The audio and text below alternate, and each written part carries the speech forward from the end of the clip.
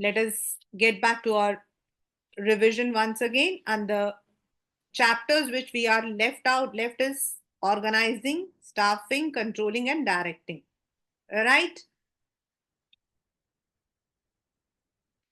Planning we had done yesterday. और planning के अंदर मैंने आपको बताया था that when we say planning, it means the mental exercise where we have envisage certain things. हमने कुछ चीजों को जो है फोरकास्ट किया है, ऐसा होगा तो हम ऐसा करेंगे. Now when we have to put it into the action, जब हम उसको एक्शन में लेकर आते हैं, हमें उस मतलब कि वो जो प्लान किया उसके लिए हमें सामान लाना है, पैसा लाना है, लोग लाने हैं, तो we have to organise them. We have to organize them. And in the institutions, organizations, company, हमारा जो जॉब होता है, अब जॉब का मतलब ये नहीं है what we are doing. Job is production के लिए रॉ मटेरियल्स लाने हैं या वर्कर्स लाने हैं, मशीन लाना है, एवरीथिंग इज जॉब. तो we have to get all those things. फिर आप सोचो आपके घर के सामने एक बहुत सारी चीजें पड़ी हुई है एक साथ में, आप क्या करते हो? सब मतलब आपका जेप्टो से सामान आया, लेट मी टेक अट, जेप्टो सबके घर में आता है, ठीक है, जेप्टो, इंस्टा, वॉटएवर सबके घर में आता है. थैली में सामान आया, आपने उसके अंदर अपने लिए क्रीम मंगवा रखा है, काजल मंगवा रखा है, मम्मी ने उसमें ग्रोसरी का सामान मंगवा रखा है, राइट, पापा ने अपना मतलब कि कुछ सामान मंगवा रखा, ब्रदर ने कुछ और मंगवा रखा है. नाउ व्हाट यू डू, आप उसको सॉर्ट आउट करते हो. सॉर्ट आउट करते हो उसको, जो है जो जो सामान जिसका है वो उसको लेकर जाता है और अपने पास रखता है. That's organising. Similarly in a company we would be having so many activities, तो हम पहले उसको ऑर्गेनाइज करते हैं, यानी कि उनको क्लब अप करते हैं इनटू सिमिलर एक्टिविटीज, कि भाई ये सारा जो काम है this will be under the production, this all will be under finance, this all will be under marketing. फिर उसके बाद उसे कौन देखेगा, who is going to head it, and then who उनके नीचे जो काम कर रहे हैं उनको, what will be the authority, what will be the responsibility. So this is how we have to organize. So organizing is a function where you are implementing the plans. आप plan को implement कर रहे हो by dividing them, establishing the relationship and coordinating the human to the machines to the materials to achieve the objectives. तो इसमें आपके process is there. जब मैंने आपको प्रोसेस करवाया था तो उसके अंदर मैंने ये ऑलरेडी करवा रखा है. सबसे पहला है identification and division of work. This is also the principle. मैं यहां पर जब ये दिस इज ऑल्सो बोलती हूँ ना, understand these are some of the questions which were in the past years. It may not be 3 years, it is even though 6 or 7 years back also. तो this is under principle of management, जो फेयल्स and Taylor दोनों बोलते हैं कि काम को identify करो and divide it according to the similar nature. Then divide कर दिया, अब उनको एक नाम दो, give them a name, bring them into some department, उनको जो है डिपार्टमेंट के अंदर लेकर आओ. नेक्स्ट इज, अब डिपार्टमेंट है तो डिपार्टमेंट को कोई ना कोई हेड भी करेगा, तो उसको जो हेड कर रहा है उसके नीचे कौन कौन काम करेगा, एंड देन कैसे रिपोर्टिंग रिलेशन रहेगी, उसको आपने जो है एस्टैब्लिश पहले से ही कर देना है. सो दैट इज आपका process of organising, right. Now let us come to the importance, means why do we need this organizing. तो importance, first of all when you are organizing, तो आपका जो है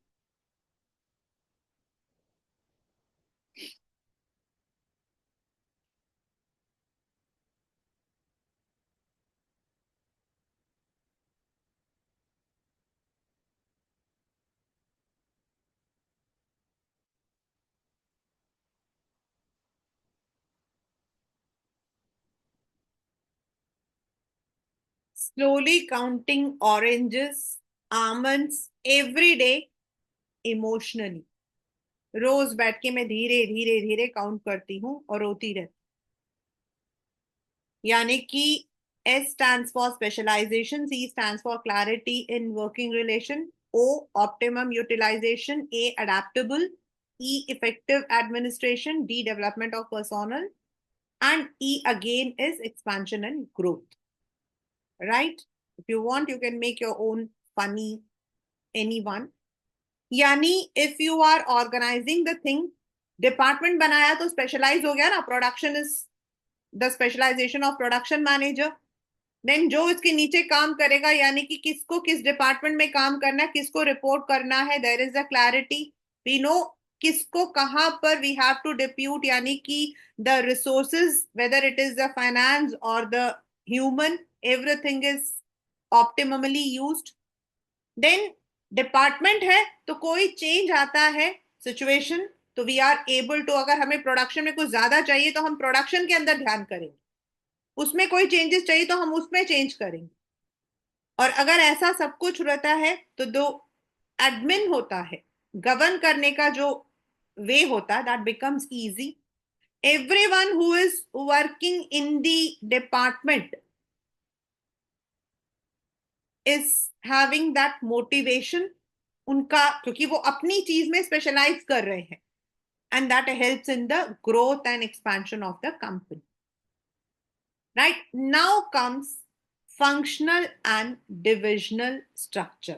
यानी कि जब हम इसको कंपनी को, अब हमारे पास एक नई कंपनी है तो हम उसको कैसे डिवाइड कर सकते हैं, व्हाट इज द स्ट्रक्चर। अब इसके अंदर जब क्वेश्चन आपके पेपर में आइडेंटिफिकेशन के लिए आएगा तो एक आता है व्हाट इज ऑर्गेनाइजिंग और दूसरा आता है टाइप्स ऑफ ऑर्गेनाइजेशन और types of organisational structure.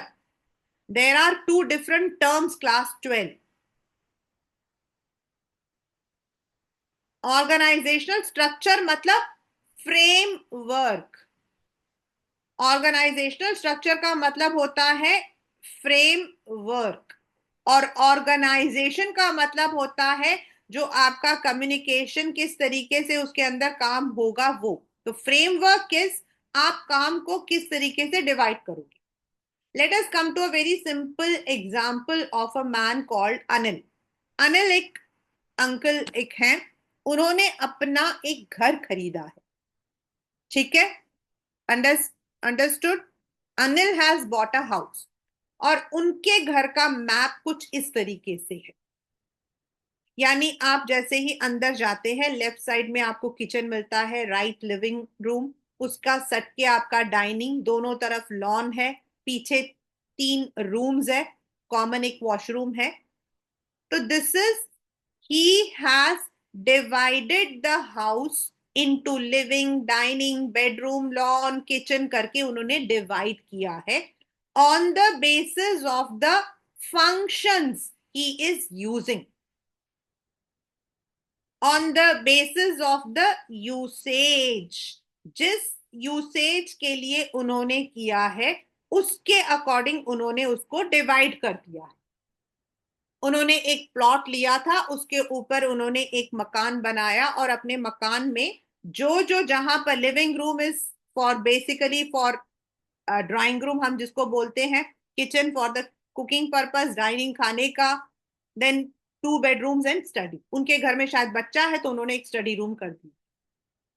This is according to the usage, यानी कि this comes under functional structure. Functional का मतलब है यूज, यानी कि जिस तरीके का वहां पर काम होगा। अब यहां पर सिर्फ अनिल ही रहते हैं, अनिल और उनकी फैमिली। नाउ अनिल के 4 बेटे अब बड़े हो गए हैं, and all of them need a house, सबको घर चाहिए। उनका 4 बेटों का जो घर है, मतलब 4 जो बच्चे हैं, now they are all married, उनको अपना चाहिए। नाउ एक बड़ा सा एक एरिया लिया है और 4 बच्चों के लिए 4 अलग मकान दे दिया है। अगर आप ध्यान से देखोगे तो you will see that there is difference in the functional structure usage में। जैसे अगर आप ये वाला देखते हो, if you look into this, तो आपका लॉन है, सॉरी लिविंग है, एंट्रेंस यहां से है, फिर लिविंग है, साथ में किचन है, यहाँ पे डाइनिंग रूम है, अगेन यहाँ पर लॉन है, 2 बेडरूम्स है, स्टडी रूम है। इस वाले इंसान के में देखोगे तो सिर्फ 2 बेडरूम्स है। देन क्योंकि शायद उनके घर में कम इंसान रहते हैं, तो लॉन है, एंट्रेंस है, किचन है, ड्राइंग रूम है, लिविंग रूम है। इन्होंने दूसरे तरीके से चेंज कर दिया। यहाँ पर आप देखोगे तो ड्राइंग रूम है, यहाँ पर इन लोगों ने अलग 2 रूम्स है, एंड यहाँ पर देखोगे लॉन लंबा है। तो दिस इज आपका, अगर हम ये देखते हैं, if we look into this, this is what we call as divisional. Divisional मतलब डिवाइड कर दिया है उन्होंने उसको। अब ये जो भी उनका बेटा है, गर्व, गर्वित, मतलब ऐसे ही मैं नाम डाल रही हूँ, अर्नव, अमित, ये जो 4 है, मे बी 4 डिपार्टमेंट है हमारे, 4 डिविजन्स है। That may be according to the products, like Garvis cosmetics, Garvitis clothing, ऐसे। और उनके अकॉर्डिंग उनको जो जो डिपार्टमेंट्स चाहिए नीचे उन्होंने वो बना दिए। सो दैट इज आपका divisional structure.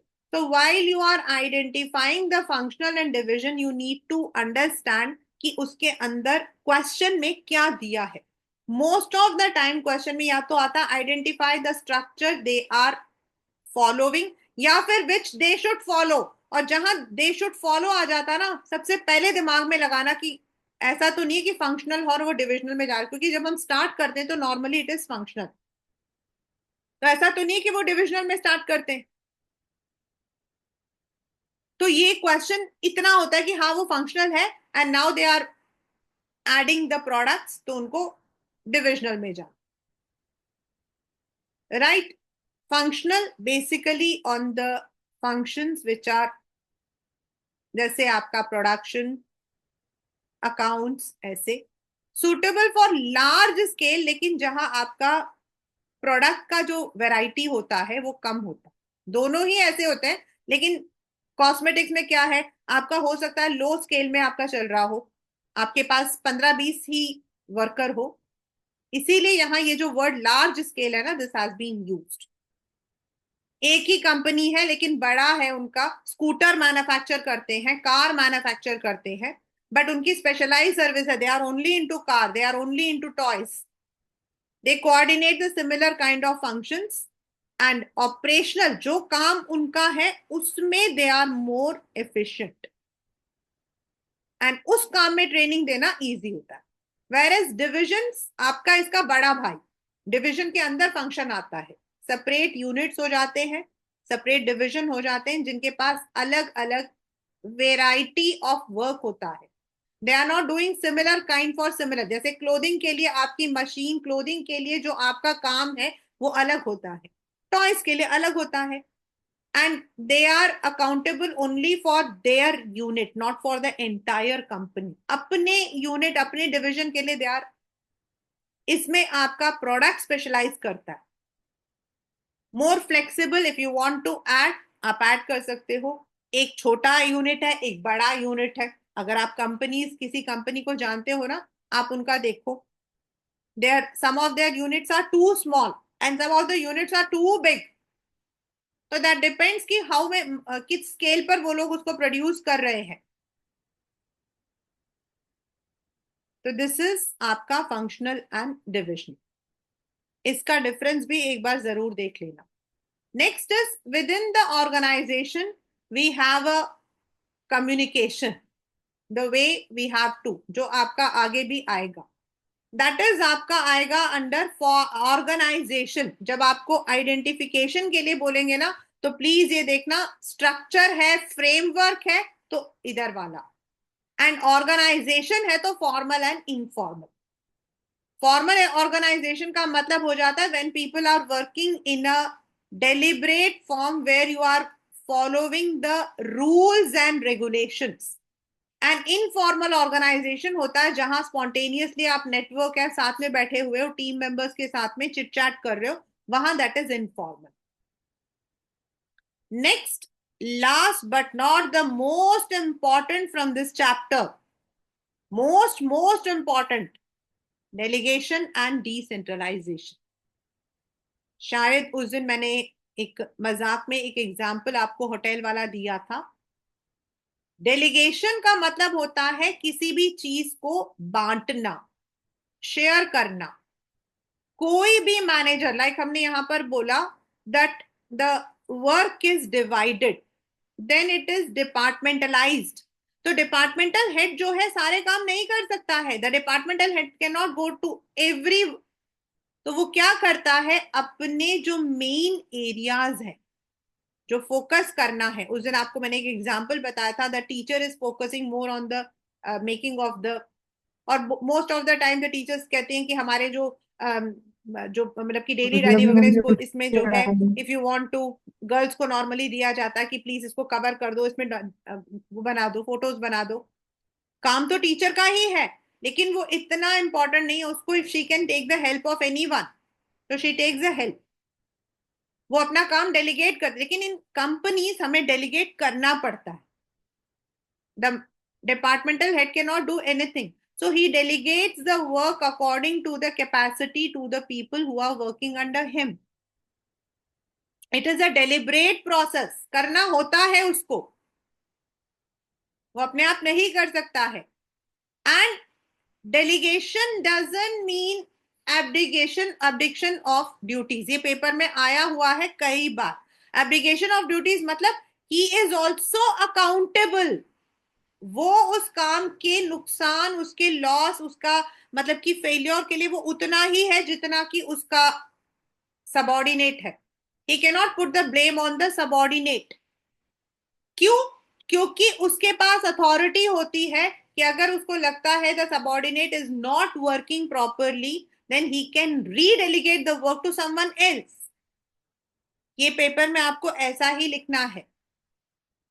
Delegation, it has three elements. Authority, the one who is passing the instruction to the subordinate, which flows from top to bottom. And responsibility, जिसको दिया है उसे वो काम पूरा करना, to complete. Responsibility and accountability में please don't get confused. Accountability is outcome. अगर वो काम सही तरीके से नहीं हुआ या हुआ तो उसका outcome. Responsibility is to complete and accountability is outcome, and they are bottom to top.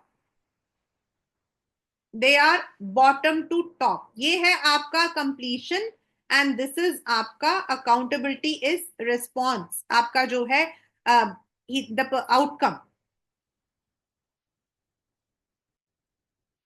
Authority ऊपर से नीचे वाला, यहां से ऊपर जाने। तो ये delegation is a deliberate process which every manager has to do because no manager can take all the work together. And दूसरा आपका होता है डिसेंट्रलाइजेशन, यानी जो डेलीगेशन है वो मैनेजर्स की अपनी रिस्पॉन्सिबिलिटी है। कौन सा मैनेजर कितना डेलीगेट करना चाहता, that depends on. Whereas decentralization is a policy which is normally followed by the top level management, and वो डिसाइड करते हैं कि किस लेवल पर किस किस को हम कौन कौन सा काम दे सकते हैं। It is not selectively. इस वाले क्वेश्चन में there was a different dispersed. The authority is selectively dispersed. The authority is selectively dispersed.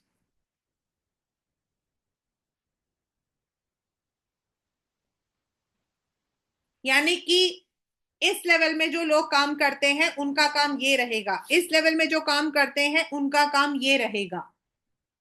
That day I told you that in a hotel, if a person is manager, तो उसके साथ में कोई assistant manager होगा जो उसके कुछ काम को शेयर करेगा, दैट इज डेलीगेशन। लेकिन मैनेजर, उसके नीचे आपका मैनेजरियल एक कैटेगरी है, उसके नीचे आपके जो है ऑफिसर्स हैं, उनके नीचे आपके जनरल स्टाफ है।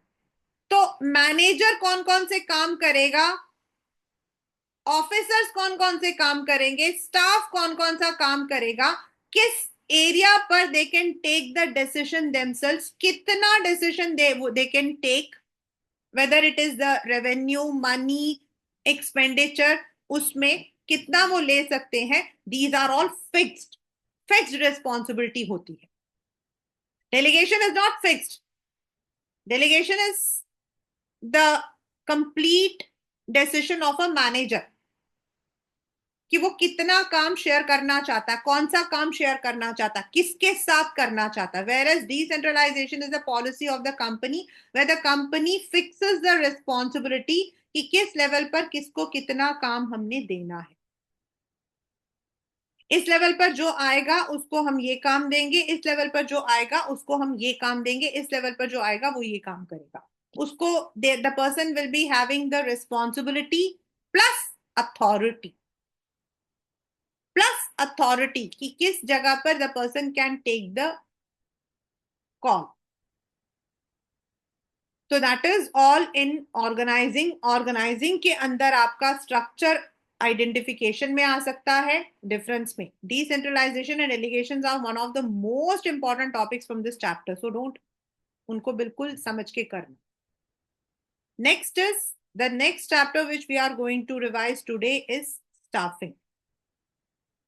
Organising, staffing, directing and controlling. ये मैं ऐसा क्यों बोल रही हूं? हमने प्लान किया, मेंटल एक्सरसाइज किया कि हमारा कंपनी का ये रहेगा, ऐसा रहेगा, ऐसा रहेगा. उसके बाद अब हमने ऑर्गेनाइज किया हमारा फ्रेमवर्क कैसा रहेगा. वेदर अलग अलग प्रोडक्ट्स हैं तो हम डिविजनल में जाएंगे, सिमिलर एक जैसा प्रोडक्ट है लार्ज स्केल पे कर रहे हैं हम फंक्शनल पर जाएंगे. किसकी किस क्या क्या ड्यूटी रहेगी, कितनी ड्यूटी रहेगी, हमने वो पॉलिसीज तय कर ली हैं. whether we are going to have a centralized approach, यानी कि सारे के सारे decisions are going to be taken only by the top level management, the others have to just follow it, or it would be decentralized, the authority is dispersed selectively at all the levels, right? Next is, अब आपने ये सब तो कर दिया, अब आपको चाहिए कि वो जो आपने डिपार्टमेंटलाइजेशन कहा था उसके नीचे आपने कहा था assignment of duties, establishing the relationship duty. तो उसके लिए हमें चाहिए होगा स्टाफ. तो the next function of management is staffing. तो स्टाफिंग के लिए एक सिंगल वन लाइन में आता है answer question in the MCQs, and that is आपका right person for the right job. And one more आता है, that is it is said that our human assets go back to the go back out of the organization in the evening, and we should see that they come back in the morning. मतलब आपका जो organisation है उसमें जो लोग काम करते हैं उनके लिए आपको ऐसे सेटअप रखना चाहिए कि they are satisfied, so that they don't leave the job. Because when a company hires a person, the company spends money. जब आप लोग अभी अपने ग्रेजुएशन के बाद आप लोग देखोगे, those who will be doing the job, the CTC मतलब कंपनी को कितना, मतलब कि नुकसान होता है एक इंसान को जॉब पे रखने का, क्योंकि जॉब पे रखने का मतलब है spending the money on recruitment, spending the money on training, spending the money on their monthly expenses. तो इट इज वेरी इंपॉर्टेंट कि कंपनी की पॉलिसीज ऐसी हो कि जो स्टाफ है वो वापस आए. तो ये आपका वन मार्कर में आ सकता है. Why do we need it? Because good staff means आपका एक्सपर्ट. स्टाफिंग रहेगा तो पता होगा कि अंडर स्टाफ्ड हो या ओवर स्टाफ्ड हो, मोटिवेटेड रहते हैं, एफिशिएंसी इंक्रीज रहती है. नाउ आपका जो इंपॉर्टेंट है process. Process of staffing is different and process of selection is different. When I had done this process वाला मैंने जो क्वेश्चन किया है आपके साथ में, उसमें मैंने अलग से कर रखा है. स्टाफिंग भी प्रोसेस में आता है, सिलेक्शन भी आता है. स्टाफिंग आपका ओवरऑल, स्टाफिंग आपका ओवरऑल यानी कि सारे के सारे आपके जो डिपार्टमेंट के अंदर, स्टाफिंग के अंदर, एचआर के अंदर स्टाफिंग वाला जो एरिया है वो काम करे। Whereas selection is one particular step in staffing. अब what is the difference between staffing and HR? तो HR is a very broad area. HR management means जितने आपकी ह्यूमन रिसोर्सेज हैं, from the workers to the top level, आपको हर एक के लिए सारी पॉलिसीज डिसाइड करना, गवर्नमेंट के साथ लाइजन करना, स्टाफिंग उनके लिए सारी की सारी पॉलिसीज, गवर्नमेंट के जो पॉलिसीज है उनको इंटरप्रेट करना, लेबर लॉज, आपके वेजेस, इनको इंटरप्रेट करना, उनको लेकर आना। Where staffing is one single function under HR. तो स्टाफिंग का मतलब है अपनी कंपनी में कितने लोगों की जरूरत है, किस डिपार्टमेंट में जरूरत है, प्रोडक्शन में जरूरत है, अकाउंट्स में जरूरत है, एचआर में जरूरत है, कितने लोगों की जरूरत है, किस तरीके के लोगों की जरूरत है। एस्टिमेटिंग द मैन पावर, यानी workload and work force. Workload मतलब कितना काम है और अगर हमारे पास एग्जिस्टिंग है तो कितने हैं। Then from which source can we get those workforce? अब जैसे हमारा जो है लेबर है, लेबर को लेकर आना तो आप डायरेक्ट रिक्रूटमेंट लेकर आओगे, आप बाहर बोर्ड डाल दोगे, या आप लेबर कॉन्ट्रैक्टर को जो है असाइन करोगे कि हमें इतने लेबर्स चाहिए। May be your company has robbed some labour contractor जो आपकी कंपनी में लेबर को लेकर आता है, जिसका कॉन्ट्रैक्ट आपकी कंपनी के साथ है कि जब भी आपको वर्कर्स की जरूरत है वो लेकर आता।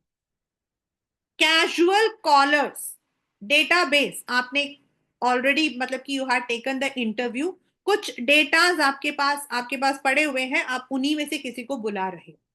ये आप लोग जब भी लिखते हो गलत लिखते हो, कैजुअल कॉलर्स को कैजुअल कॉलर्स ही लिखना है। Third, advertisement for middle level top level we do it, क्योंकि एडवर्टीजमेंट को पढ़ना पड़ता है, तो ये उन्हीं के लिए होता है जो पढ़ सकता है। वर्कर्स तो एडवर्टीजमेंट नहीं पढ़ पाते, हो भी सकता है नहीं पढ़े। तो एडवर्टीजमेंट मिडिल और टॉप लेवल। एम्प्लॉयमेंट एक्सचेंज, ये नॉर्मली प्राइवेट कंपनीज के लिए नहीं होता, गवर्नमेंट में होता है, जहां registration is done for the skilled people like teaching, plumber, ये सब करते हैं। If job is there then they are called up. Placement agencies, McKinsey, आपके जितने भी बड़ी बड़ी कंपनीज हैं, दे टेक द रेस्पॉन्सिबिलिटी, वो लोग रेस्पॉन्सिबिलिटी लेते हैं। अगर आप उनको अपने रिक्वायरमेंट बता देते हो तो they conduct all the selection वाले सारे प्रोसेस वगैरह वो करके आपको कैंडिडेट प्रोवाइड करते हैं। तो ये आपकी कंपनी के ऊपर है कि whether you want to directly go for an advertisement और प्लेसमेंट एजेंसी के through. They are normally done at the top level. Campus placement only for the freshers, क्योंकि आप लोग कॉलेज से निकलोगे तो आपके पास कोई एक्सपीरियंस नहीं होगा, तो it is at the executive at the entry level jobs, campus placements. Recommendation, it can be of the past employees, labour contract done. Web publishing, it is just equal to advertisement. आप advertisement newspaper में देने की जगह you may be giving it on some channel that is like naukri.com, LinkedIn, इनमें आप देख सकते। तो अब आपको ये सोचना है कि आपको एक्सटर्नल में कौन सा लेना, किस लेवल पर आपको इंसान चाहिए, तो आप चूज करोगे। और अगर आपको कुछ कम लोगों की जरूरत है, इंटरनली इट इज पॉसिबल, आपके पास ऑलरेडी मैन पावर ज्यादा है, तो आप ट्रांसफर यानी कि हॉरिजॉन्टल, प्रमोशन यानी कि वर्टिकल आप ले सकते। So once you have decided the recruitment policy, उसके बाद आप आते हो कि उन जो कैंडिडेट्स ने आपके पास एप्लीकेशन दिया है उनको आपने कैसे सिलेक्ट करना है। Again here it is the process. तो पहले हो सकता है आप एक प्रिलिमिनरी इंटरव्यू लो, मतलब एक जनरल, आप पहले उसको जो हो उनके जो भी आए हैं उनको स्क्रूटिनाइज करो, फिर उनको टेस्ट के लिए बुलाओ। डिपेंड करता है, like in the teaching when I was, मतलब व्हेन आई स्टार्टेड, तो I had to give all kinds of weird teaching के। हमें 2 दिन के लिए जो है बुलाया गया था वहां पर, then on the black board हमारी राइटिंग, उस वक्त तो हमारे टीचर्स का बड़ा स्ट्रिक्ट रहता था, अभी का मुझे नहीं पता। Writing on the board, word we are speaking, the way we are, everything was taken 2 दिन। तो इट डिपेंड्स स्कूल, मतलब कि किस जगह पे ये वाला टेस्ट होना है। एप्टीट्यूड, अब ये one one word, one one line. Aptitude, learning new skills, keyword, keyword learning new skills, नए स्किल्स को यूज करने का या लर्न करने का आपके अंदर कितना डिजायर है। Interest, hobbies, general, trade, existing knowledge about any machine और एनीथिंग लाइक कंप्यूटर चलाना आता है आपको। देन पर्सनालिटी, यानी कि overcoming the situational problems. IQ, general आपका क्या इंटेलिजेंस है। एक बार आपने ये रिटर्न टेस्ट सारे पास कर लिए हैं, ये वाले सारे, उसके बाद आपका फेस टू फेस होगा interview. Then after the interview the references will be check. Here comes the decision point, किसको लेना है out of those 10 people, how many have to be retain. Then उनको मेडिकल एग्जाम के लिए भेजना, and once they have come up उनको job offer देना, यानी कि ये कंडीशंस है। Once a person accept the job offer the contract is given. यहां तक हमारा पूरा सिलेक्शन है। अब सेलेक्ट हो गया, अब क्या करना उस इंसान को। अब हमें उस इंसान को जो है करंट, जो हमारे पास, मतलब कि जहां उसको रखना है वहां ले जाना है। Selection is also called as a negative because you have to eliminate people. अब हमें नहीं पता जिसको हमने eliminate किया है वो सही है या गलत है, बट हमें eliminate करना पड़ता है। Once this is done, उस इंसान को हम familiar करते हैं, we give them the acquaintance, यानी कि उसको जो है investiture, उनको जो है फॉर्मेलिटी में उनको बताया जाता है कहां पर, यानी कि induction। And then once a person is induced, यानी कि उसको वहां का फेमिलियर हो गया, वो जॉब करना शुरू करता है। There is a minimum period, stability of personnel, there is a minimum period जिसमें उसको अपने आप को प्रूव करना पड़ता है। After that his promotion, his next जो भी उसका अप्रेजल है, that is divided, that is decided. उसका क्या अप्रेजल रहेगा। Appraisal means what will be the likewise, whether he is going to be retained, whether he is going to be, उसका probation increase करने वाले हैं, उसको प्रमोट करने वाले हैं, कितना उसको इंक्रीमेंट देंगे, दीज आर ऑल डन। तो ओवर दिस पीरियड जब इंसान काम कर रहा है तो the person may be given certain trainings for the worker level, for the level जहां पे आपको मशीन्स में काम करना पड़ता है, you may be given the vestibule training. when there is skilled job like carpenter, electrician, apprenticeship under the master guide, मैं word को थोड़ा फोकस कर करके बोल रही हूं। internship is working in a company on that area। internship can be paid or non paid, off the job, on the job, आपको थोड़े दिन के लिए ट्रेनिंग दी जाती है। And induction and orientation is again, आपको ट्रेन किया जाता है how to do the work. तो there might be of the job, on the job आपकी ट्रेनिंग हो सकती है, ऑफ द जॉब अभी आपके है नहीं, तो the training is given. Training आपका जो करंट जॉब है उसको एनहांस करता है। जो आप काम कर रहे हो उसमें आपको क्या क्या चीजें करनी है, what you need to learn, what you have to do. If there is something new, उसको कैसे आपने लेना है। It is mostly for the workers, staff, middle management तक आपका रहता है, लेकिन development is overall personality which is at the managerial levels only. So thus, the person who enters into the company, the person doesn't leave you immediately. उसके लिए the company has certain policies जो आपका पूरा process follow करता है, which is called as staffing. Staffing के अंदर आपके जितने भी प्रोसेस है, they are 4 marker question, selection या staffing process. Then why selection is called as a negative? मतलब आइडेंटिफाई द डिसीजन टेकन, तो डिसीजन आपका इसमें रिक्रूटमेंट के अंदर सिलेक्शन होता है, क्योंकि उसी में हमें डिसाइड करना पड़ता है किसको लेना है. And why it is called as a negative? Because we have to eliminate certain people, right? So this is staffing.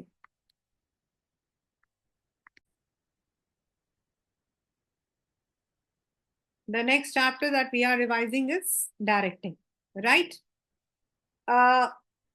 When we talk about directing, यानी अभी हमने क्या बताया था?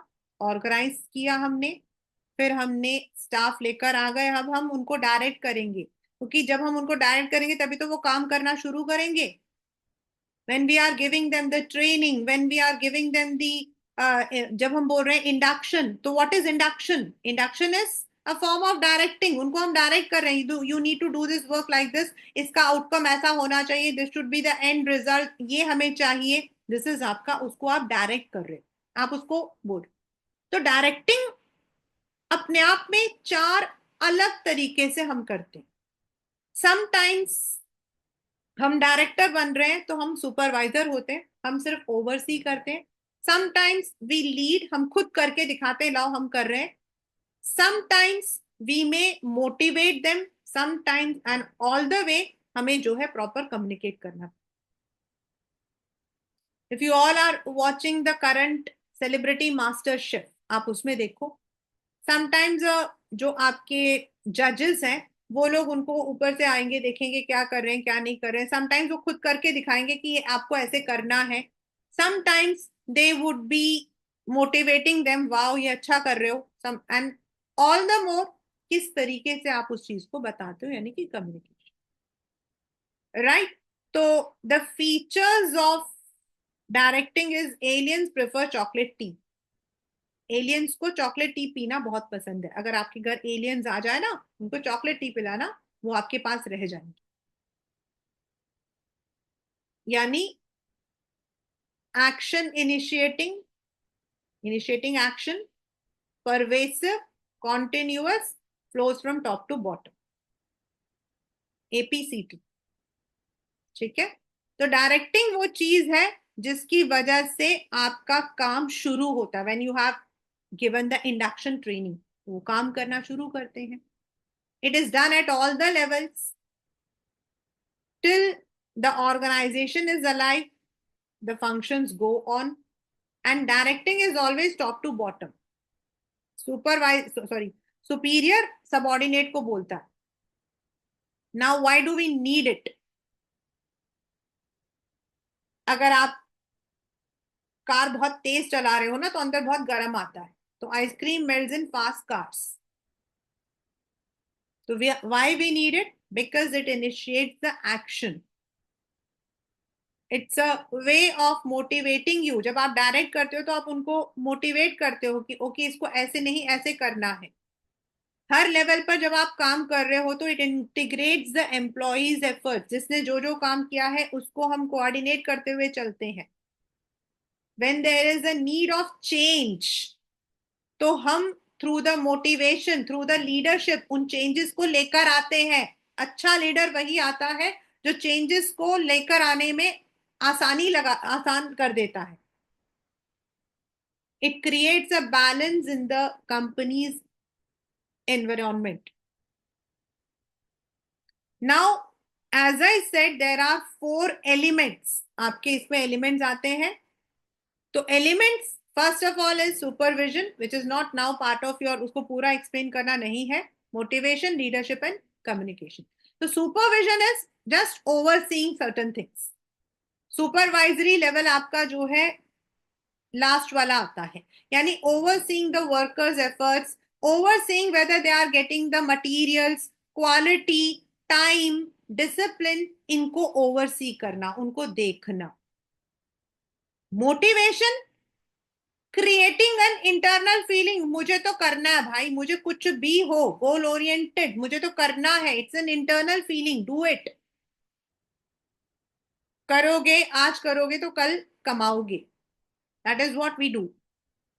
इट्स अ हमारा जब भी हम मोटिवेट होते हैं ना, उसके पीछे गोल होता है, ये करूंगा तो ये मिलेगा। मोटिवेशन इज मोस्ट पॉजिटिव भी होता है, नेगेटिव होता है, and it's complex. Why it is complex? Because no one can understand humans nature. किसी को पैसे से मतलब कि मिलता है, किसी को रिकॉग्निशन से मिलता है।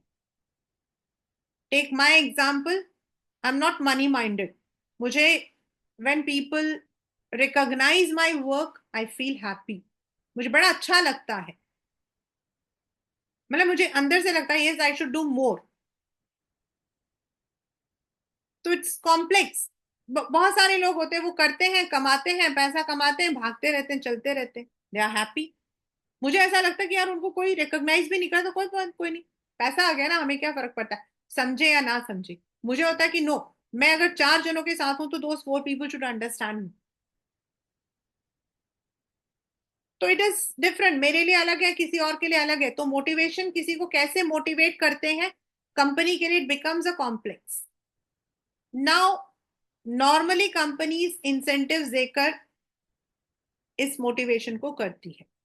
तो ये जो इंसेंटिव देकर मोटिवेशन को करती है, इसके पीछे एक रीजन होता है, और वो रीजन है दैट अ वेरी फेमस मतलब कि साइकोलॉजिस्ट जो थे, उन्होंने बोला that every person on this earth has certain needs. हर एक इंसान जो इस दुनिया में आता है उसे कोई ना कोई नीड होती है। Maslow's need hierarchy theory, and this is आपका बेसिक नीड सबको रहता है, आप अमीर हो या गरीब हो, आप पढ़े लिखो या अनपढ़ हो। यू नीड सेफ, आपको जो है फूड, क्लोथ, शेल्टर सबको चाहिए। सिमिलरली इसी थियरी को हम अपने ऑर्गेनाइजेशन में लेकर आते हैं। In a company everyone needs basic salary, सबको चाहिए, सब लोग काम करेंगे तो उनको कुछ वेजेस चाहिए, कुछ आपको सैलरी चाहिए। Second is security. in a society we need security from threat, death, shelter चाहिए, हमें सिक्योरिटी चाहिए। गवर्नमेंट शुड प्रोड्यूस, हमें ऐसा ना हो कि हम लोग ऐसी जगह रह रहे हैं जहां पर आज है कल कुछ और। We need security. Similarly in a company when we are working, तो हमें इस चीज की तसल्ली होनी चाहिए कि जब मैं जॉब छोड़ूंगी तो मुझे पेंशन, ग्रेचुटी, मुझे कुछ तो ऐसा मिलेगा जो मेरे लिए सिक्योर्ड रहेगा, मेरा फ्यूचर सिक्योर्ड है। Affiliation, belongingness, every person wants ही और शी शुड बी। जब आप नए कॉलेज में जाओगे तो आपको बड़ा ही अजीब लगेगा, but you will soon find friends, क्योंकि आपको एफिलिएट किया जाएगा, आपके जैसे ही सब लोग होंगे, तो एवरीबडी विल रिलेट, बिलोंगिंगनेस रहेगी। जब आप कहते हो I have got admission in this college, थोड़े टाइम बाद आपके मुंह से निकलेगा मैम हमारे कॉलेज में, दैट इज बिलोंगिंगनेस। आप अभी कहोगे ma'am I got admission in Ramanujan college, पहले वो सिर्फ रामानुजम रहेगा, लेकिन बाद में आप कहोगे मैम हमारे कॉलेज में आज ये वाला फीस्ट था, that is belongingness. Similarly, in a company, the rules, regulations, the environment should be in such a manner कि people feel this is my company. आपका फॉर्मल इनफॉर्मल ऑर्गेनाइजेशन है, लोगों को बात करने का मतलब कि दे हैव गिवन इनिशिएटिव दिए जाते हैं। एस्टीम, टाइम टू टाइम आपको प्रमोशन, आपको जो है काम, आपका जो जॉब एनरिचमेंट है, आपके करियर एडवांसमेंट के लिए आपको मौका दिया जाए। स्टीम इन जनरल, लोग हमें रिस्पेक्ट करें। And actualization is our own development, हम जिस पर्पज से काम करते हैं दैट शुड बी अचीव्ड। तो in a company through the financial and non financial, इन जो आपके नीड्स है इनको पूरा किया जाता। This comes under your identification. Now tricky question, tricky question ये है कि आपसे पूछा जाएगा आइडेंटिफाई द इंसेंटिव, और आप लोग क्या करते हो, उसको फाइनेंशियल एंड नॉन फाइनेंशियल लिखते हो। आई रिपीट, पहले आप उसको लिखोगे, वो कौन सा है, फिर वो किस हेडिंग के अंदर आता है वो लिखोगे, या वाइस वर्सा, पहले हेडिंग लिखो और उसके साथ में ये लिखो, मतलब फाइनेंशियल, फाइनेंशियल में कौन सा, नॉन फाइनेंशियल, नॉन फाइनेंशियल में कौन सा, यानी कि दोनों चीजें मेंशन होनी चाहिए. Recently there was a question and there was lots of confusion. Only non financial लिखोगे तो भी नहीं चलेगा, ओनली आप you have to mention it, pay and allowance किसके अंदर आता है. तो फाइनेंशियल, पैसा, रुपया, ना बाप बड़ा ना भैया, सबसे बड़ा रुपया. Anything which is going into your account directly और indirectly through your account in the form of money. Pay and allowance, आपके जो salary. Production linked wage incentive, जो आपने डिफरेंशियल पेज उसमें पढ़ा था कि आप जितना काम करोगे आपको उतना इंसेंटिव एक्स्ट्रा मिलेगा. कमीशन हम जो बोलते हैं ना, अपनी भाषा में कमीशन मिलता है उसको. अगर वो 10 सामान बेचता है तो उसको कमीशन मिलता है. तो कमीशन, कमीशन मत लिखना. Profit sharing, the companies can share their profit with their employees. Bonus, every company has to follow this rule, जो फैक्ट्री रूल है, that once in a year the people should be given some bonus. उनके काम को हम, उनके efforts को हम recognise कर रहे हैं. Retirement benefits, PF, gratuity when you retire, money wise. Stock, आपको जो है ऑप्शन दिया जाता है, आपको बांटा जाता है. पर perquisites you can get the allowances, आप घूमने जा रहे हो, आप ड्राइवर रख रहे हो, उसके लिए. और all these will be given to you in the form of money, so financial. Non financial, जिसमें पैसा इनडायरेक्ट आता, डायरेक्ट नहीं आता. स्टेटस, आपका डेजिग्नेशन. जॉब सिक्योरिटी, एनरिचमेंट, आप अभी एक डिपार्टमेंट देख रहे हो, आपके काम से खुश होकर कंपनी ने उसमें और एड ऑन किया है. प्रोग्राम्स ऐसे रखें जिसमें आप अपने आप को करियर एडवांस कर सकते हो. You have joined as an intern in a company, but आपको करियर के अंदर over a period you have become a manager. Employees participation, you are given initiative, you are given the opportunity. Organizational climate, time to time company जो है अपने employ से बात करती है, उनसे फीडबैक लेती है, उनके साथ एक कॉर्डियल रिलेशन रखती है. ऐसा नहीं है कि मैनेजर से एक वो बना रखा है. एंड रिकॉग्निशन प्रोग्राम, आपके 10 इयर्स का, आपके 25 इयर्स का, अगर आपने ज्यादा अच्छा काम किया है, आउट ऑफ द बॉक्स आपने टारगेट को क्लियर किया है, तो आपको जो है एक मेमेंटो देना, ट्रॉफी देना. All these are recognition programme.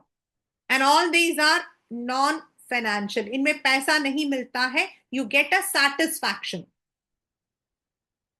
Right. Next is, ये तो था मोटिवेट कर रहे हैं. Now the managers also need to be a leader. Leadership यानी अपने बिहेवियर से दूसरों को इन्फ्लुएंस करना. See I am doing it, you do. आपको बोलना नहीं है, बस आपको देखकर दूसरा अपने आप ही चल रहा है आपके पीछे. In a company we can find different kinds of leadership. A single person can have different leadership roles. ये आपके एनसीईआरटी में एक बॉक्स में भी दिया हुआ है. जरूरी नहीं है कि आई एम अथॉरिटेटिव तो मैं अथॉरिटेटिव ही रहूंगी.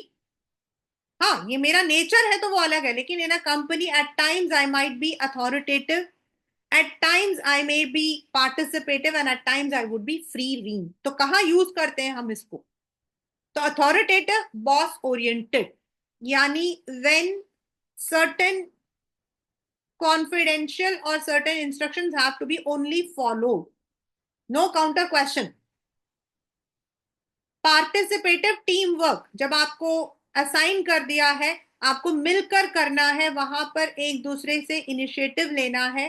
This can be also the pictorial, so I put the question, the pictures also here.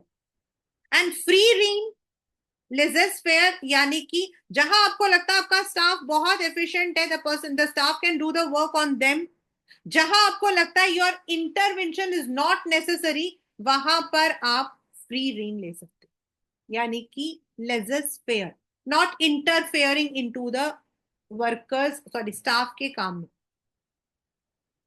इन सब के लिए what we need is good communication. Already this was done day before yesterday. तो communication is always a two way process. ये जो मैंने बनाया ना, ये पिक्चर में पेपर में आया था एक बार, बिल्कुल ऐसा बना हुआ, और आपको इसमें फिल इन द ब्लैंक्स करना था। It is transforming the ideas to others in the same manner, और वो तभी होता है when you transform it without any barrier and the feedback is also the same. अगर मैंने बोला है कम्युनिकेशन, तो आपको कम्युनिकेशन ही सुनाई देना चाहिए। It should not be something else. For example, yesterday in the Master Chef Ranveer Brar said spaghetti, और वो जो लेडी थी उसको सुनाई दिया forget it. This is wrong communication. उसको वही सुनाई देना चाहिए। तो कम्युनिकेशन इज स्टार्टिंग, इसमें क्या है, कौन भेज रहा है, what is the message, why how you want to send it, मतलब आप उसको एनकोड कर रहे हो। देन किस मीडिया से, फोन से देना चाहते हो, कंप्यूटर से देना चाहते हो, ओरल देना चाहते हो। Then how it has to be decoded, वहां पहुंचने के बाद वो पहुंचा, जिसने रिसीव किया उसने उसको कैसे समझा, and what feedback he has given. So within this entire process there might be some barrier. भेजा तो सही था, पहुंचा कुछ और, जाना था चीन, पहुंच गए Japan. It is very possible. तो what are those barriers? semantic, anything which is related to your language, लिखने में, बोलने में, समझने में। psychological, your mind, organizational, climate of the company, personal, आपका दिल। तो when it comes to semantic barrier, I had already done that day, तुलसी भाभी सुंदर फैशनेबल अल्ट्रा ब्रिलियंट, यानी कि टेक्निकल वर्ड्स यूज किए। As I said, if I say I have cold, आप कहोगे अच्छा मैम को तो सिर्फ कोल्ड है। मैं कहूंगी मुझे कॉमन ऑब्स्ट्रक्टिव लंग डिजीज है, आप कहोगे मैम को डिजीज हो गया। तो you have to follow that कि आप किसको बता रहे हो, तो टेक्निकल वर्ड्स कैसे यूज करने हैं। Sometimes the message might be express in a very bad manner that you are not able to understand. There are some words, symbols which are having different meanings. भेजने वाले ने किसी meaning से भेजा, आपने उसे किसी। Do you value my friendship? तो वैल्यू के अंदर वैल्यू इज, वैल्यू नाउन भी है, वर्ब भी है, आप उसे कैसे ले रहे हो। while वर्किंग इन एरियाज जहां आपके लैंग्वेजेस अलग है, लाइक आप चेन्नई में जाके बात करोगे, उनकी जब वो हिंदी में ट्रांसलेट करते हैं ना, तो वो बहुत ही खराब होता, because they translate word to word. हम एक जनरल में बात कर रहे हैं, तो faulty translation, unclarified assumption, clear नहीं किया था अभी जो मैंने आपको बोला, और आपने अज्यूम कर लिया, पूरी तरीके से समझा नहीं आपने, समझ अपने आप ही अज्यूम कर लिया। बॉडी लैंग्वेज एंड जेस्टर्स, क्योंकि semantic is more oral and both oral and written. Then is psychological, low dose plenty liquid, आजकल गर्मी बहुत है ना, तो मेडिसिन कम खानी चाहिए, पानी खूब पीना चाहिए। लैक ऑफ अटेंशन, मेरा दिमाग वहां चल रहा है। डिस्ट्रस्ट, छोड़ो, मुझे कई बार लगता है मेरे बच्चे ऐसा ही सोचते हैं मेरे बारे में। प्रीमेच्योर इवैल्यूएशन, अपने आप ही इवैल्यूएट कर लिया। अजम्पशन इज अज्यूम करना, इवैल्यूएट मतलब अपने आप ही तोड़ मोड़ निकाल लिया। लॉस ऑफ ट्रांसमिशन, अभी 10 मिनट पहले जो बोला था दिमाग से उतर गया, रिटेन नहीं किया। दिमाग, दिमाग साइकोलॉजिकल। पर्सनल मार्क्स तो सबको चाहिए, चाहिए ना सबको फुल। और आप में से कई बच्चे ऐसे भी होंगे जो फुल मार्क्स से पढ़ते भी होंगे। Full fear, unwilling to communicate, lack of proper incentive, lack of confidence. यानी कि ये आपने सोचा है पर्सनल, ना भाई मैं तो नहीं बोलूंगा, मेरे को अपनी नौकरी नहीं खोनी है। अनविलिंग टू कम्युनिकेट, नहीं कर पाते, कई लोग नहीं कर पाते। कुछ होते हैं बेधड़क, क्या फायदा है, whatever we say the company is not going to give us any incentive, क्या फायदा हमारे, हमसे उनको ही फायदा हो रहा है, हमें तो कोई फायदा नहीं होता। कभी कभी सुपीरियर्स जो है वो अपने सबॉर्डिनेट पर लाख वो नहीं करते, अरे मैं नहीं, मैं इसको नहीं बताऊंगा, इसको कुछ नहीं आता हो। Sometimes it is from bottom to up, sometimes it is from top to. Organisational barrier, रोको सैम को, यानी really over confident, certainly over smart. अभी बताया था ना, अंडर कॉन्फिडेंट ओवर कॉन्फिडेंट नहीं होना चाहिए। तो ऑर्गेनाइजेशन के रूल्स हैं, आपको ऐसा ही बोलना है, आपको यही लैंग्वेज यूज करना है, फिर आप सोचो छोड़ो। Organizational policies. The company may not be having the policy of initiative. Complex organizational structure. आपको अपनी बॉस की शिकायत लगानी है, लेकिन आपको लेटर तो बिल्कुल उनके थ्रू ही भेजना, तो कैसे भेजोगे आप? Facilities in the company and status, company में that status is seen, not to talk to the workers. तो अगर कंपनी में कुछ ऐसा बना रखा है, then the person may not be understanding, interpreting what is done and what has to be done. The last is formal और informal. जब अभी हमने बोला ऑर्गेनाइजेशनल क्लाइमेट, तो और ऊपर हमने पढ़ा था डायरेक्टिंग में ऑर्गेनाइजेशन फॉर्मल एंड इनफॉर्मल। तो when we are talking to each other, when you talk to your principal, definitely आपको प्रिंसिपल से सीधा जाके आप बात नहीं करते हो, यू गो, यू स्पीक, आप सर झुकाते हो, you have certain words, yes ma'am, यानी कि you have to follow prescribed path. Scalar chain, mostly it is written but oral is also there, there is an, और ये जो फॉर्मल होता है ये सिर्फ एक relationship, authority to responsibility, working relationship जो है उसको फॉलो करता है। It has to be done in every company with rules and regulations, and confidentiality होती है। Whereas informality is spontaneous social interaction, also called as grapevine.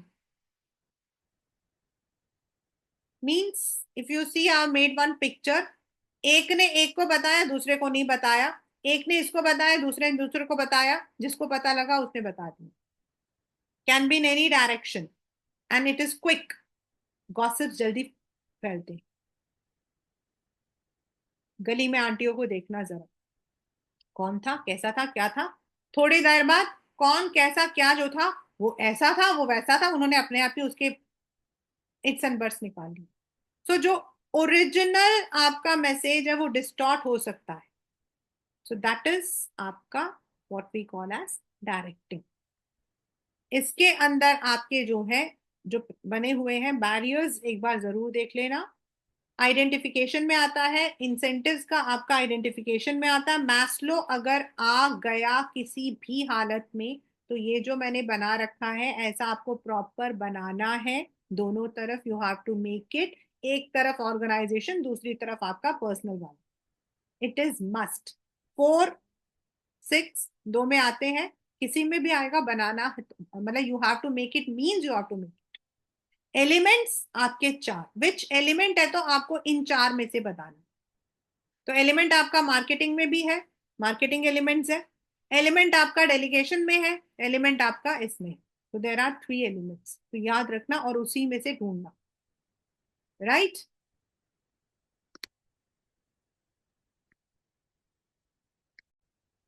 The last chapter of our first book and of our revision of your entire session पूरे साल जो आपने मुझे झेला है उसका लास्ट लेसन जैसे उसमें था ना France, controlling is the last lesson for today and for ever. Controlling, again, it is a function of management. So now, controlling means monitoring. Controlling means monitoring the activities. आपकी जो activities हैं उनको monitor करता. अगर आप कहते हैं ना a stitch in time saves nine. Have you heard this phrase?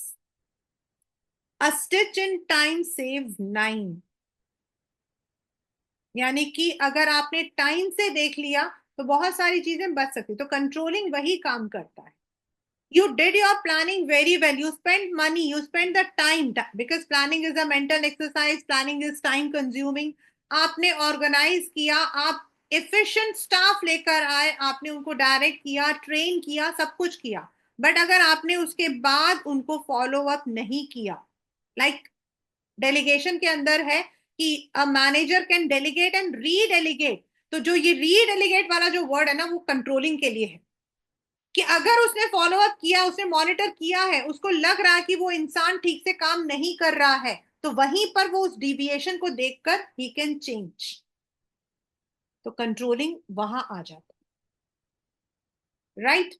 तो now why do we need controlling?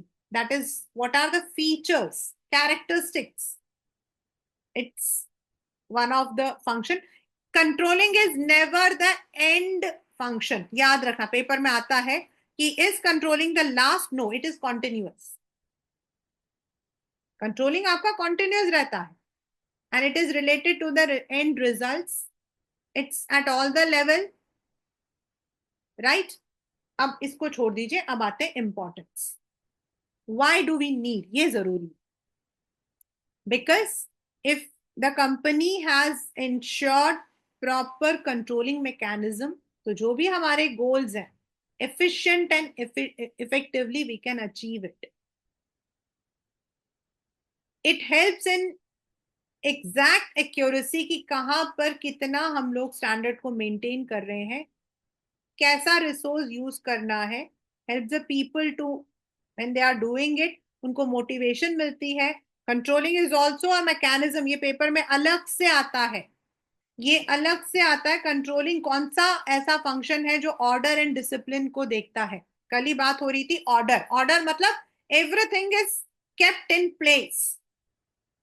तो दैट इज ओनली व्हेन आप कंट्रोलिंग करोगे तभी तो देखोगे ना, जब आपका बॉस आपकी डंडा मारेगा कि भाई ये सामान ठीक से क्यों नहीं रखा हुआ है, you will do it. Discipline, following the rules. When you will find out कि हाँ भाई दिखाओ attendance register, what is the मतलब की पर्पस, आप दिखाइए, निकालिए, how many people are coming late. अब कंट्रोल करोगे तभी तो इंश्योर होगा. And facilitate the coordination. Now एक पेपर में क्वेश्चन आता, what is the relation between planning and controlling. और प्लानिंग में हमने पढ़ा था planning sets establishes standard for controlling. तो प्लान जो किया है वही, वो एक स्टैंडर्ड है, वो एक पैरामीटर है. तो प्लान करोगे तो कंट्रोल करोगे और कंट्रोलिंग रहेगी. Controlling is blind without planning. Planning नहीं होगी तो कंट्रोल किसी बात में नहीं कर सकते हो, और कंट्रोल नहीं कर रहे हो तो प्लान करने का कोई फायदा नहीं. ये दोनों ही पॉइंट्स को आपने लिखना है, इंटरडिपेंडेंस. वेर एज डिफरेंस है, प्लानिंग आगे के लिए होता है, कंट्रोलिंग जो स्टैंडर्ड सेट है उस पर अमल करना होता. And here it is not the last function, it is not exactly the last function, it is a continuous function. In fact, I'll not say last. Planning आपके पेपर में ये वाला जो अलग से आता है, planning is looking ahead whereas controlling is looking back. यानी प्लानिंग हम फ्यूचर के लिए करते हैं एंड कंट्रोलिंग जो हमारे पास एस्टैब्लिश स्टैंडर्ड है उसको देखते हैं. This is a very important question from this chapter. Now process identification में आ सकता है। फर्स्ट, आपका स्टैंडर्ड एस्टैब्लिश्ड है। फर्स्ट ऑफ ऑल किस चीज को कंट्रोल करना है? Controlling is also forward looking because जो डिविएशंस हमारी हुई हैं उसको हम आगे ठीक कर सकते हैं। That is why it is also a forward looking. We can correct the deviations for the further plans. That is why it is also called as a forward function. उस फंक्शन में तो नहीं कर सकते हैं उस प्रोसेस में, लेकिन आगे के लिए हम कर सकते हैं। The deviations can be monitored.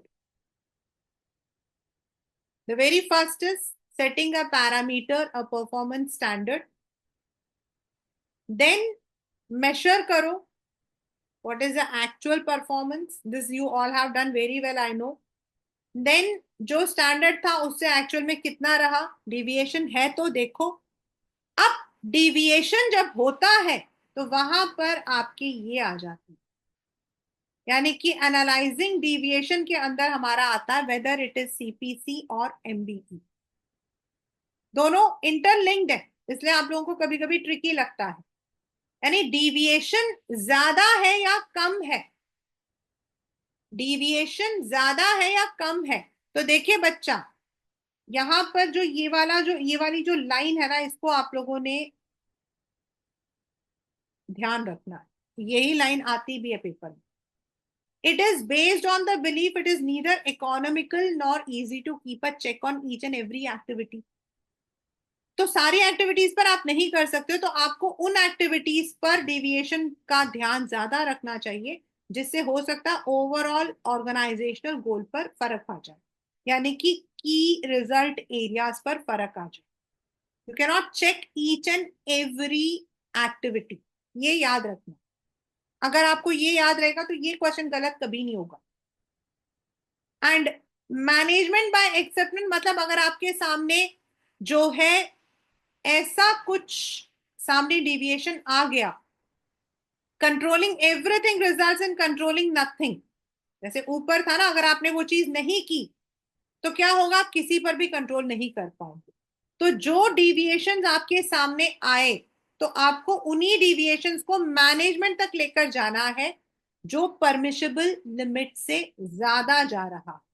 Now there will be a limit, आपके लिए लिमिट यहां पर सेट कर रखा है, यहां सेट कर रखा है।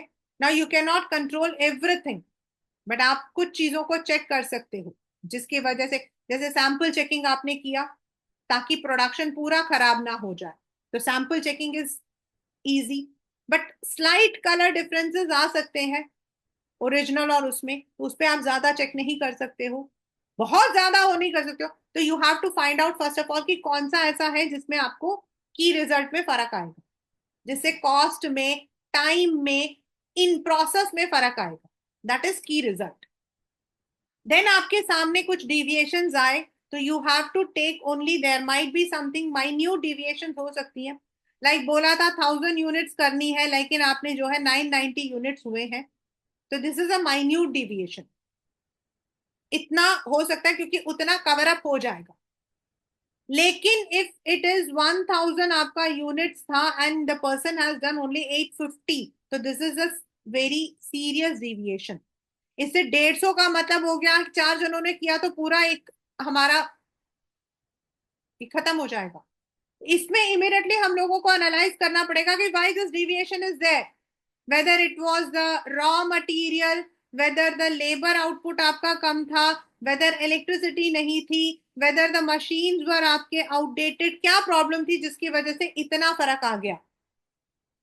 And then you have to take the corrective action. अगर रॉ मटेरियल नहीं मिले थे तो immediately you have to procure, labour आपका कम था या लेजी थे तो उसका आपको रीजन फाइंड करना, इलेक्ट्रिसिटी नहीं थी इस वजह से काम रुक गया तो you have to go for the alternative, machines आपकी काम नहीं कर रहे थे या फिर दे वर नॉट सपोर्टिंग, उनको देखो। तो दिस इज परमिसिबल लिमिट। हम लोग जब ट्रेन में जाते हैं ना तो व्हाट हैपेंस इज, ट्रेन के अंदर समटाइम्स हम पूछते हैं भैया मतलब is the train going on time. कभी कभी 10 मिनट 15 मिनट लेट होती है, इट्स ओके, रीजन है रात को जब गाड़ी चलती है ना तेज तो देख कवर, बट लेकिन अगर स्टार्टिंग में 1 घंटा 1.5 घंटा लेट चलती है ना तो that will definitely effect the complete overall function. क्यों? बिकॉज हर स्टेशन में उसका पहुंचने का टाइम लेट होता है, there might not be, the platform खाली नहीं होगा, तो वो 1 घंटा लेट आखिर में जाकर वो 4 घंटा बन जाता है। सो इमीडिएटली वी टेक जहां हमें लगता है द टाइम, मतलब कि जो आपका डिविएशन बहुत ज्यादा है, और यहां पर है कि आपको सिर्फ उन एरियाज को चेक करना है जो कि आपका इकोनॉमी, आपके रेवेन्यू, कॉस्ट, टाइम, प्रोसेस, उन पर ज्यादा असर करे, राइट? तो once you have done the analysis, deviation को देख लिया, then you can find the मतलब की करेक्टिव मेजर। तो इसके अंदर जो डिविएशन में आपका जो है रॉ मटेरियल्स की हो सकता है, labour output, electricity, machines, whatever the deviation is, we need to take the measure according. So once you have taken the measure, जो नेक्स्ट आपकी प्लानिंग होगी आप उसमें इस बात को ध्यान रखोगे कि भाई लास्ट वाले में ये प्रॉब्लम आई थी, अगले वाले में हमें ये नहीं करना, that is why it is said controlling is a forward looking process, right? So this is the chapter controlling, and with this we have completed 4 chapters and of course the 12 chapters of our business studies. In today's session we have done organizing, structure आपका आ जाएगा, organisation आ जाएगा, आपका types of organisation, right? उसके अंदर आपका main वो एक main है। देन आपका स्टाफिंग प्रोसेस, आपका सिलेक्शन वाला भी, स्टाफिंग का प्रोसेस भी। डेवलपमेंट एंड ट्रेनिंग, इसमें एक क्वेश्चन आता है बड़ा सिंपल सा, one believes in the day to day benefit specialisation, another overall personality. तो इसका मतलब क्या है? Training and development. देन आपका directing, directing is more important, जैसे मैंने नेचर एंड सिग्निफिकेंस का बताया था वैसे डायरेक्टिंग आपका काफी इंपॉर्टेंट चैप्टर है। डायरेक्टिंग के अंदर आपका जो है उसके मैस्लोज की थियोरी आपकी बहुत इंपॉर्टेंट है, Maslow's theory. Then motivation, financial and non financial, leadership आपका, the type, most of the time last वाले जो क्वेश्चंस होते हैं ना, identify the type of leadership followed by Shyam and also the other 2 types of leadership, वो आपका। Then last but not the least controlling, controlling के अंदर relationship and controlling process, and specifically this one MBE and CPC can come as a 3 marker question. So that's all in the overall business studies. Now to be on the overall importance, और वो ये है class 12, that business studies you have revised well, you understand all the concepts, the main thing is how you need to put it, and to put your words, first of all go through all the words which are given in your whatever book you are using, whatever notes you are using, आपके जो important key words होते हैं उनको देखिए। when you are answering your questions, please underline the main keywords, not everything is a keyword, key मतलब चाबी, हर चीज चाबी नहीं हो सकती है। जैसे एक आपके पास एक क्वेश्चन आया है तो उसके अंदर देखिए वो वर्ड्स में उसने ऐसा किया, ही प्लान टू एक्सपैंड, उसके बाद वो क्या बोल रहा है? उसने प्लान किया है एक्सपैंड करने के लिए, उसके बाद वो क्या स्टेप ले रहा है? For this he appointed a member of, तो वो जो for this he appointed a member, तो वो आपके इंपॉर्टेंट होते हैं, वो आपके प्रोसेस होते हैं, तो उन पर ध्यान दीजिए।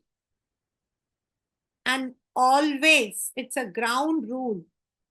Even when we are given the training by CBSE, they give us the same training in the same manner कि सबसे पहले वो क्या करते हैं? They tell us, read the question. Read the question. They always ask us to read the question, not the passage, not the case study.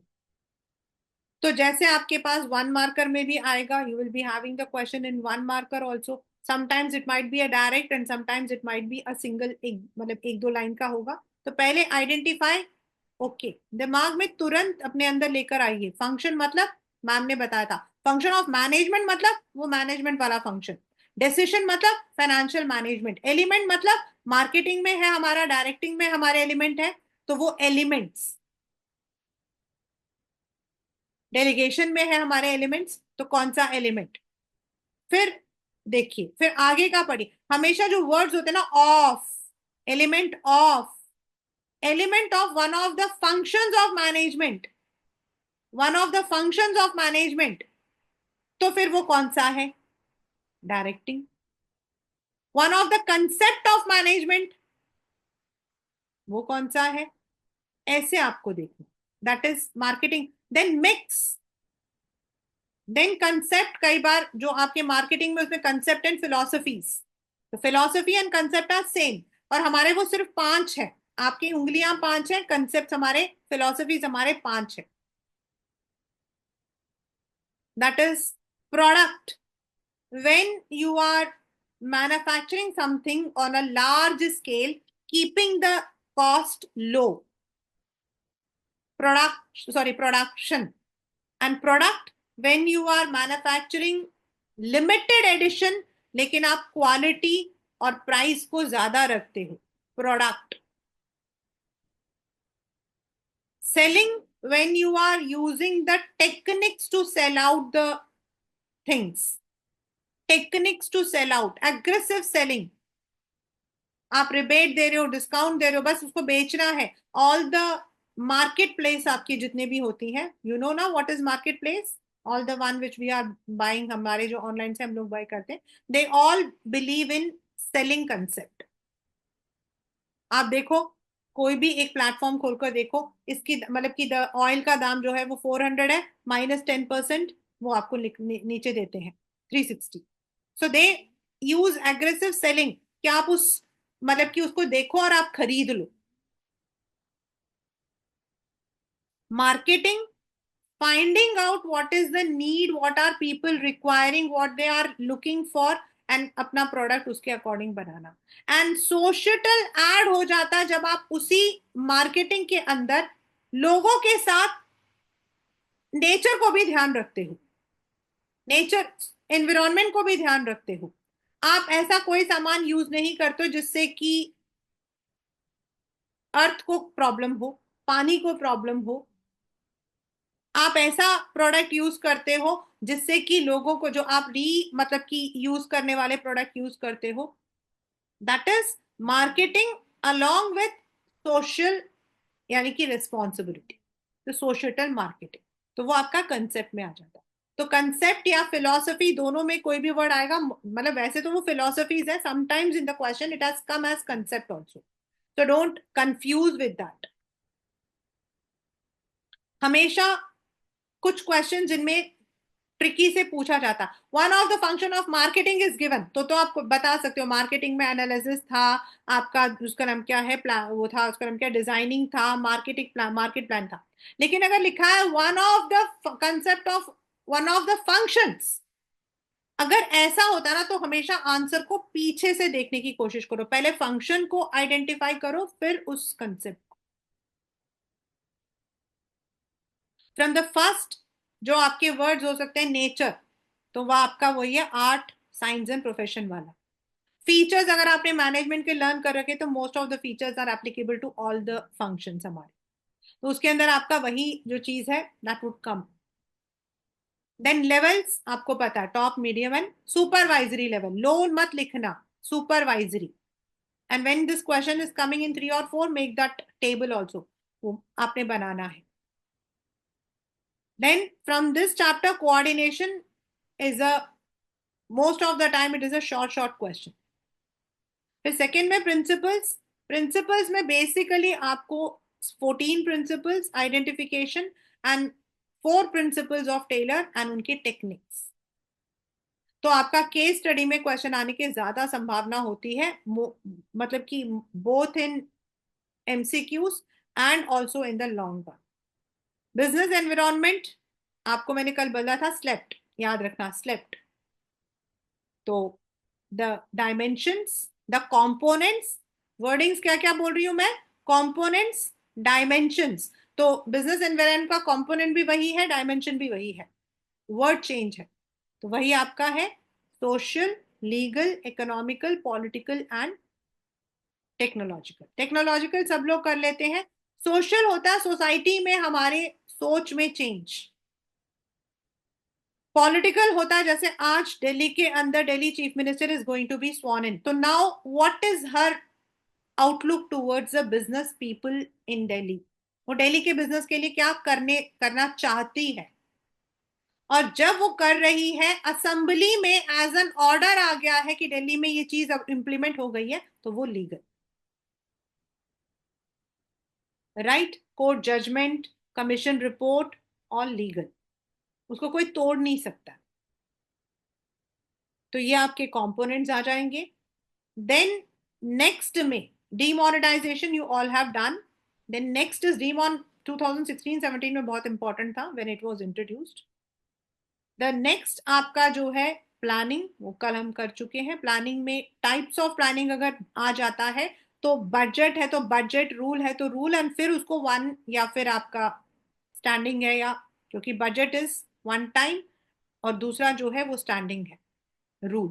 Policy आपके standing plans होते हैं, तो डोंट राइट स्टैंडिंग और वन टाइम, उसमें आपको जो है mention करना फिर लिखना है। Then limitations of planning is very common question in boards.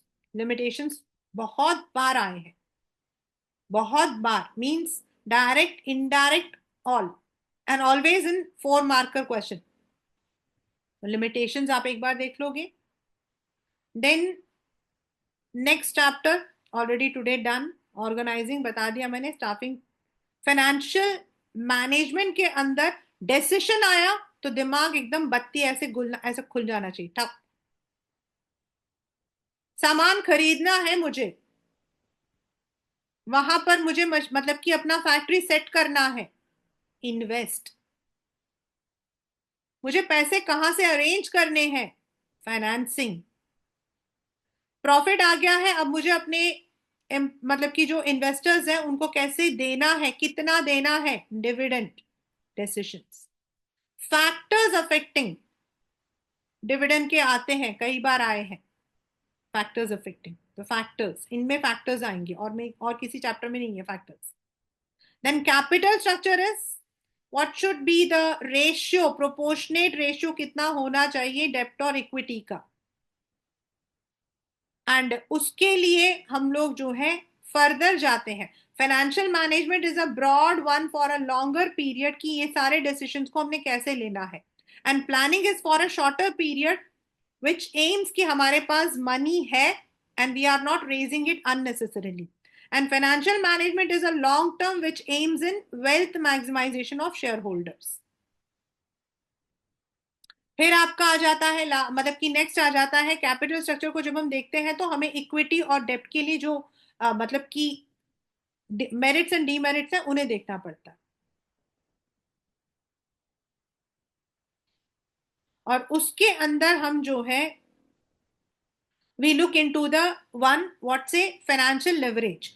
तो फाइनेंशियल लिवरेज का मतलब होता है क्या फाइनेंशियली हमें एडवांटेज मिल रहा है, और फाइनेंशियल लिवरेज के लिए we go with the trading on equity, उससे हमें पता लगता है whether we are getting the advantage और नॉट। और उसके लिए अगर आपके क्वेश्चन में आता है कि कैलकुलेट इट, तो आपको कई बार आपको इन्वेस्ट मतलब कि आरओआई भी ना दिया हो, तो आपको परसेंटेज, मतलब 1 लाख रुपए इन्होंने लगा था, 10% था, तो आपका आरओआई कितना होगा, you can take it out, 10,000 rupees. And उसके अंदर आपको दिया जाता the company is planning, and उसके लिए दे आर मतलब उन्होंने जो है they have kept 2 different situations. एक में they are planning to take up the complete equity, दूसरे में they are planning to take डेप्ट, loan, debenture at the rate of अब आपको नीचे प्रॉपर क्वेश्चन दिया है, 4 मार्कर के अंदर, 6 मार्कर के अंदर की कैलकुलेट करो whether the trading is, weather it is financial leverage favourable है, वेदर ट्रेडिंग ऑन इक्विटी, ऐसे वर्ड्स हो तो आपको वो वाला करना है, विथ टेबल करना है, विथ टेबल करना है। Do not use it in the simple form, जैसे आप लोग देते हो ना पूरा ऐसे कैलकुलेट करके, आपको मार्क्स कम मिलेंगे। If it is a 4 marker you'll get 3 marker. If you are making a proper table, उसमें आप लिखते हो एबिट कितना है, 1 लाख, दोनों का लिए। फिर उसके बाद सबसे पहले हम क्या देते हैं, इंटरेस्ट देते हैं। तो इंटरेस्ट आपका कितना है एट द रेट, फिर उसके बाद उसे माइनस करके हम उस पर टैक्स देते हैं, tax at the rate of 30%, तो वो आपको लिखना है। उसके बाद हमारा आता है EAT, earning after tax, EAT ये लिखना है। फिर आपको नीचे अलग से बनाना है EPS, उसका फॉर्मूला लिखना है, EAT upon number of shares. अगर कंपनी पूरे शेयर्स में चल रही है तो जो भी आपका EAT आया उसे शेयर्स, अगर उन्होंने शेयर एंड डेप्ट लिया है तो जो शेयर की वैल्यू उसको आपने, जो भी आपकी फेस वैल्यू होगा, 10 नहीं दिया तो 10 ले लेना, उसको लेकर आपने जो है EPS निकालना। It should be done in a proper form with a proper what we call as table, tabular meaning word, अगर आप पूरे मार्क्स चाहते हो तो। फिर नीचे आपको आंसर लिखना है, यस द EPS या फाइनेंशियल लेवरेज इज फेवरेबल।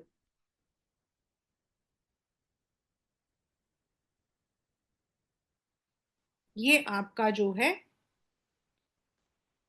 इसमें रहेगा। उसके बाद capital, sorry, working and long term and short term, यानी कि आपका वर्किंग कैपिटल एंड, तो उसके अंदर आपके फैक्टर्स हैं, वो याद कर लेना, 6 बेसिक।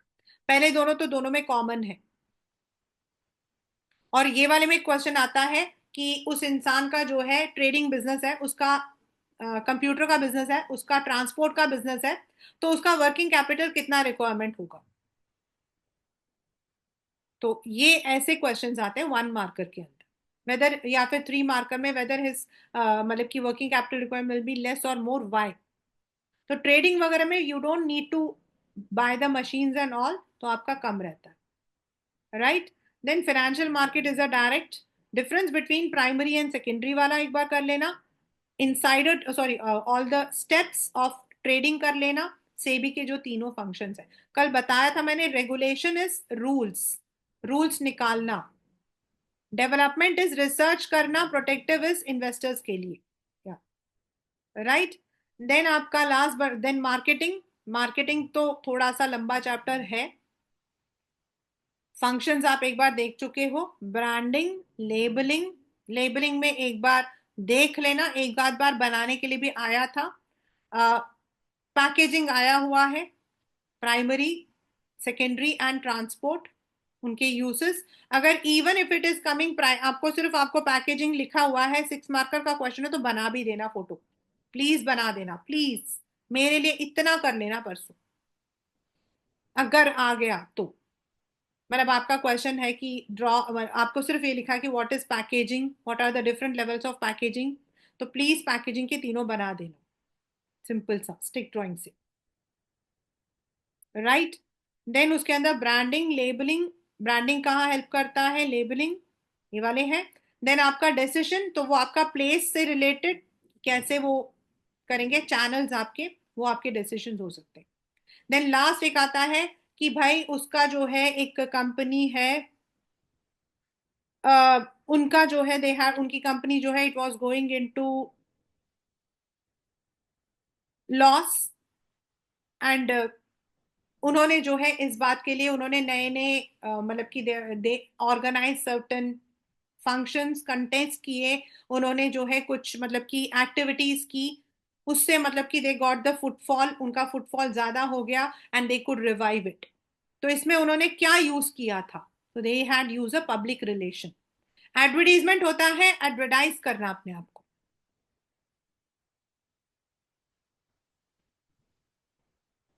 यानी कि paid form, impersonal, anybody can read it, पैसा दिया और आपने एडवर्टाइज कर दिया। एंड आपका जो है public relation is keeping a relationship to improve the image of the company, जो आपका पीआर का काम होता है वो इंप्रूव करता है, कंपनी के इमेज को, ब्रांड बिल्ड करता है। ठीक है। देन आपके प्रमोशनल स्कीम्स होते हैं, प्रमोट करना using different techniques, rebate, discount, ये सब आपके जो है प्रमोशनल हो जाता है। फिर इस वाले चैप्टर से लास्ट कंज्यूमर, कंज्यूमर में राइट्स आपके, दैट इज सबसे पहले